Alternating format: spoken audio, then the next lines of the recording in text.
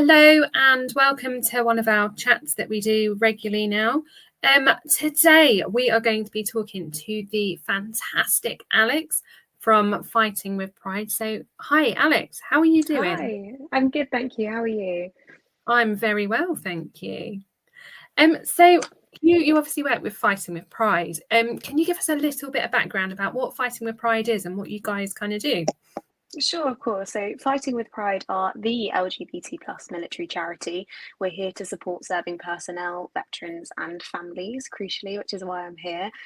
Our focus for the last few years of our operation has been on veterans who were directly impacted by the ban on LGBT plus people serving, which was in effect until the year 2000. It was lifted almost 25 years ago in January 2000 after a vicious battle, legal battle in the European Court of Human Rights. We're here to advocate for LGBT plus people within the armed forces community. We're here to campaign for the rights of those veterans who lost their careers and pretty much everything as a direct result of the ban. And we're also here for sort of LGBT plus families of the future to ensure that they are well looked after by the armed forces community and are as welcome as I know that they are across the sector. Brilliant. It sounds fantastic. And I know we've spoken about ban in quite some detail, haven't we? Yeah. So can you tell me a bit about how the ban specifically impacted on families? Of course. So between the years of 1967 and 2000, it was against military law to be LGBT plus and serving within the British Armed Forces. And what that meant for the service personnel was that if there was any suspicion of their sexual or gender identity, because quite often those two in times and historic times those two were convoluted and confused, which we now know they're two very separate different things, but if there was any suspicion, they were investigated quite often by the SIB, which was a specialist branch of the military police, and they were arrested, interrogated, and they could have various consequences for the end of their careers, from a simple admin dismissal, which was obviously incredibly troubling, but that can vary right up to court martial and imprisonment for the crime. This would have a direct impact on families, because obviously that's your service personnel. You are watching someone who is quite often at the peak of their career, having a really, really wonderful time in the forces. And as we know, as families, I'm a family member myself, you build your life around that service. And to have that crashing down sort of immediately after would have been very, very devastating. But also there's another element, which was a cultural and societal element historically within the LGBT plus community. Obviously before sort of a big push of LGBT rights towards the mid 80s into the 90s, it wasn't culturally or societally accepted. We were still shunned by the wider community, and so what would happen is, on your dismissal, a lot of the time your family would be informed, and that would involve you being outed to your family, which would have a huge consequence on you as a person and your family. We also have a concept of chosen family within the LGBT plus community, which isn't unusual for other communities, but is a real theme through LGBT plus history. And it would quite often mean civilians with absolutely no experience of military life or military culture, having to try and support someone through something that was really, really devastating and traumatic. And that in turn can be incredibly, as we know, devastating and traumatic for family members, having to try and support someone through something where you perhaps don't quite understand what's happened, or you don't quite understand the processes or the career or life that they've lost, can be incredibly difficult. And then on top of that, usually your chosen family are part of the LGBT plus community themselves, and so that can also be incredibly triggering and traumatic to hear of the awful things that were done to a loved one just because of their identity, which is actually probably the same as yours. And we see that even to this day, the impacts sort of echo throughout the years. We have lots and lots of people who have been in really, really wonderful relationships, both platonic and romantic, that have lasted throughout the years, sort of from their dismissal right up until now. And you can really, really see the echoes and the toll it takes really on really having to try and support someone through something this awful, but knowing that if the places were switched, that equally could have been you, and you could have been targeted as well. So it can be really, really difficult, and it certainly doesn't have an expiry date. It may have been 25 years ago that the ban was lifted, but those impacts are still very much being felt. Yeah, absolutely. And I think there's really something there in sort of, it makes me very angry. I cannot believe that this happened. I'm nearly 40, 40 in October, and I cannot believe this was happening in my lifetime. And it makes me so incredibly angry and upset that just, everyday people that were just wanting to do their jobs, could have been your son, your brother, potentially your, a grandparent or whoever. It could be anyone. And people were just persecuted because that is what it was. It was persecution. And just for being who they are and loving who they happen to love. I just think that's really incredibly sad. And I think there's a real thing here about being an ally to the LGBT plus community, which is what the Ripple kind of class ourselves as, and myself personally. It's not enough just to be, not homophobic. You have to be anti sort of homophobic. You have to go one stage further. And it's just so important. I mean, I think our community is getting better at supporting the LGBT plus community, I would say. I don't know whether you've kind of seen the same. But what I would ask is, how can we be better supporting those individuals that do have, maybe it's probably more likely psychological injuries as a result of just how they were treated? How can we be better at supporting them? I think things like this are always about being open, about having conversations. If someone feels that it is a safe space to have a conversation about what actually happened, then that is going to make the world of difference to somebody or a family who haven't been able to speak about their experiences for sometimes 30 to 40 years. We're seeing people come to the charity where this is the first time they've ever either met someone that the same thing happened to, or a family that have been through the same thing. And this is also the first time that they're able to speak about it openly and honestly, just because of the shame and the trauma that's really entrenched around those experiences. So I think one of the most important things, certainly for our ban affected veterans, would just be the opportunity to speak open and honestly about their experience and to be believed. I think for a very long time, there's, it's never really been spoken about. Fighting with Pride and the End of Rank Outsiders, which were the sort of grassroots organisation that was set up to support people in the 90s who had been thrown out the 80s and 90s, that was really the only inkling that as a wider society we had of what was actually going on. And so it's really about being believed. So if somebody comes to you or a family member speaks to another family member within the wonderful groups that I know that the Ripple Pond has set up and said, actually, I really want to share this experience. It's about, really listening, being open to the fact that they may have experiences that you may not even fathom may have happened to them. And I think that's the most supportive thing. And I think that's the most supportive thing, regardless of experience or regardless of identity or community. You just want to tell your story and be heard. And I think that is probably the most profound and easiest thing that we can do is really listen, because for so long, no one's listened to the armed forces LGBT plus community about what actually went on before the year 2000.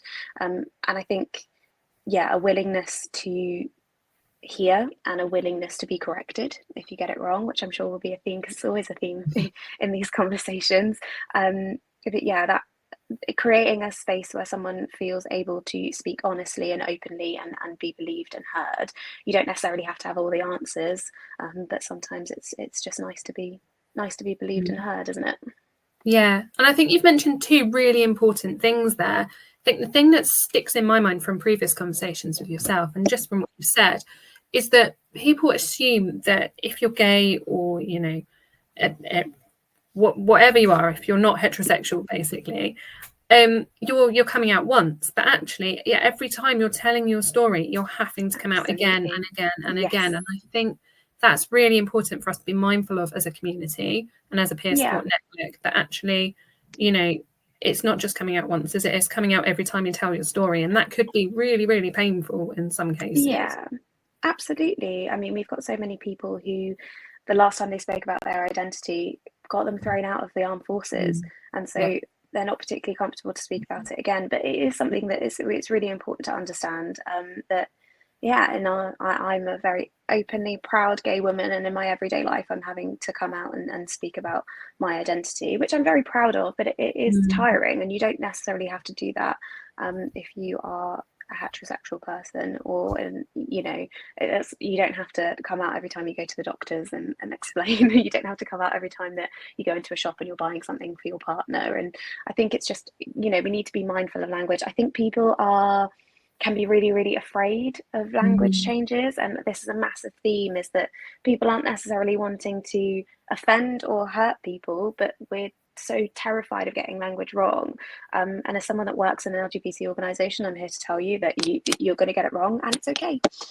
Getting it wrong is absolutely fine. And things are changing so rapidly and so constantly. It's about you need to be open to be corrected, and if someone corrects you, it's absolutely not personal. You take the correction and move on. I always say it's not about making a mistake, it's about how you take the correction. And I've been corrected so many times, and you just have to dust yourself off and carry on with the correction. Just respect the fact that the person's sort of cared enough to correct you.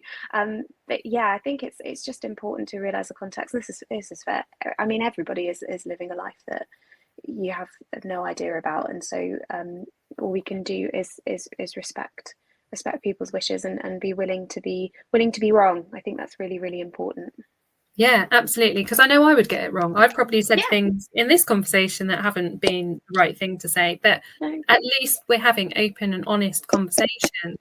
Absolutely. Yeah, and that was going to be my next question, actually, about, because I know people feel so awkward, and it's not just when talking to someone of a different sexual orientation. It can be anything, you know, racism, sexism, anything can be really awkward to talk about. And I just think it's important, like you say, that we are able to be corrected and take that on board and go, oh, okay, that's not personal. And I think having conversations with the younger generation as well. And I'll let you into something. My son is 4. And he said to me the other night, we always read him a bedtime story.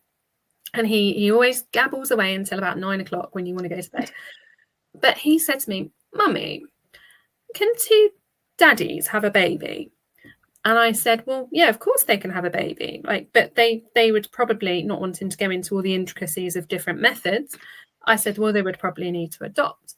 And he sort of thought about it and he went, Mummy, can 2 daddies make a baby? And I sort of thought about it and I was like, well, no, not most of the time. 2 daddies cannot make a baby, and then had to explain about, you know, all the things that go with that. But I was really, really proud that he you know, he's 4 and they don't have those barriers, do they? They just say what they're thinking. And that, I think everyone needs to be a bit more 4-year-old in that respect. Absolutely. And it's, you know, it's not really a modern concept for children to be inquisitive in that nature. I think it's been so vilified that children will ask those questions, and it's not because they've necessarily been exposed to different things, but it's because we are thankfully a society and a culture who I really want to believe, although I don't know whether I believe after the last few days, want to be progressive and want to be more inclusive. And so perhaps in the past that would have been, you know, an embarrassing question. You just move on and go, absolutely not, don't be ridiculous. But it's just so lovely that we can have these conversations now. I have so many friends who are teachers, and families look so different these days, and it's just so wonderful because the only thing that is important is that, you know, families as a whole and everybody in that family unit and the children are being, you know, nurtured and loved, and however that may look is okay. And so it's really nice to be having these conversations, and I think we just need to be more open to the fact that things do and will change, and that's okay. It doesn't make anything less unsafe. It just makes the world a nicer place for more people, and I think that's really, really important. But you're absolutely right about language, and it's ever changing. We're going to get it wrong, and I think as long as you're coming at to a conversation from a place of respect and wanting to learn and wanting to get it right, if you get it wrong and you're corrected, the most important thing is you just take it and but also don't make the mistake again. If you've been corrected once, listen and make a concerted effort. You know, we're allowed to make mistakes, but if you've already been corrected a few times and you continue making that mistake, it's something that you need to think about.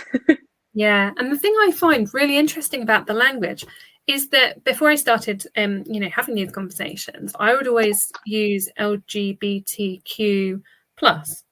But generally, when we're talking about armed forces, we tend to drop the Q off, don't we? Can you explain a bit more about why that would be? I can. So that is fighting with pride. I'm going to call it a quirk. It's not really a quirk, it's just a choice. And that is basically because of the concept of reclaimed language. So there's a younger generation that have reclaimed the Q, which stands for queer. However, back in the day, that was very much used as a slur against the community. And there are a lot of, and I think it's fair to say, there are a lot of older generation people that choose not to use or associate themselves with the word or use the label of Q, of queer, whereas there's a lot of younger people that have sort of decided to reclaim the word, and that happened as a cultural shift about 10 years ago, I'd say. I know a lot of people that would identify themselves as queer. MOD, government, all sorts of official places use the Q, but we have chosen not to, just because we did some research at the beginning of Fighting with Pride when we were set up, and because Q was often used against our community members during the investigations and during what happened to them towards the end of their career. It was decided that we just use the plus. None of them are particularly wrong. You can use any of the acronyms. I almost couldn't say that word, acronyms. You can use any of the acronyms. I would say the most essential thing is that you're using the first four, so the LGBT plus, lesbian, gay, bisexual, and transgender. The plus does cover the rest of the myriad of wonderful identities that we have within our community. You can also use LGBTQ plus. I'd say that is the most modern take on the acronym, and that is probably the most official one. So I believe, I might get this wrong because again, this is a prime example of language changing. MOD have changed it about 4 times how they use it in the last 6 months. Or you can use LGBTQIA plus. So there's so many different acronyms that you can use, but we choose to use the LGBT plus one because we decided to drop the Q just because of the connotations. It doesn't make that label or that identity any less valid. It's just a choice that we made because of the particular community that we're supporting and the connotations that the Q had. But it's absolutely not a bad word, and it's not a wrong thing to say, and that acronym isn't incorrect and ours isn't incorrect. It's just a choice that we have made for a good reason, a preference. Yeah. So just thinking sort of moving forward, how can, like I say, we really want to be allies of the LGBT plus community. Yeah. I think that's so important. So people that do want to be allies, how can we move forward as an individual, as a society, and as an organisation? How do you think we can best move forward? That's quite hard. I think it's a very, very big question.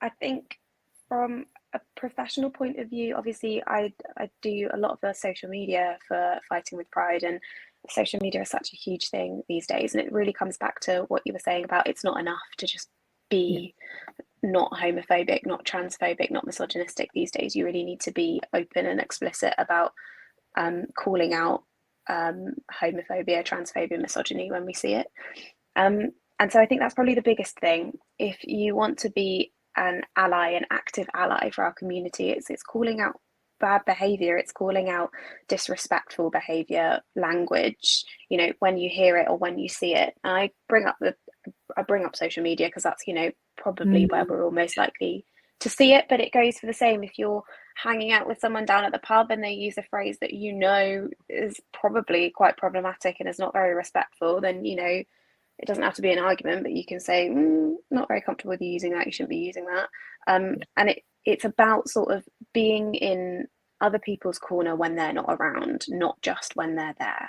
And if you see it on social media, if you feel comfortable to calling it out, but also, protecting your own peace is really important, but it is about calling out it from the smallest things. And I always say this when we're talking about racism as well, is it's not enough to just be not racist yourself. You have to call it out when you hear language and see behavior that is wrong. And I think that's the most powerful thing. It's just these small acts of being in people's corner when they're not there. And I think that's just an important thing for everyday life. You should be doing that anyway for everyone, calling out bad behavior and disrespectful behavior when you see it. And it's all of our responsibilities. It's not just the LGBT plus community's responsibility to call out, disrespectful language or disrespectful behavior. It's all of our jobs. But it is a big question. It's a societal, cultural question as well. And we are, We are moving in the right direction. There has been some setbacks, I'd say, recently, and I would also say that as someone who is within the community and living, you know, in a same-sex relationship and living in the world as it is, I'm here to tell you that things are getting scarier. And so if you have a friend within the community, it might be the right time to just reach out and see whether they're okay, because things you can take for granted that, you know, you might live in a lovely place and have a wonderful group of really, really diverse friends, but the wider world is becoming a slightly more scarier place. Yeah, so it's important to acknowledge that people might be feeling like that, regardless of how wonderful and supportive you might be immediately.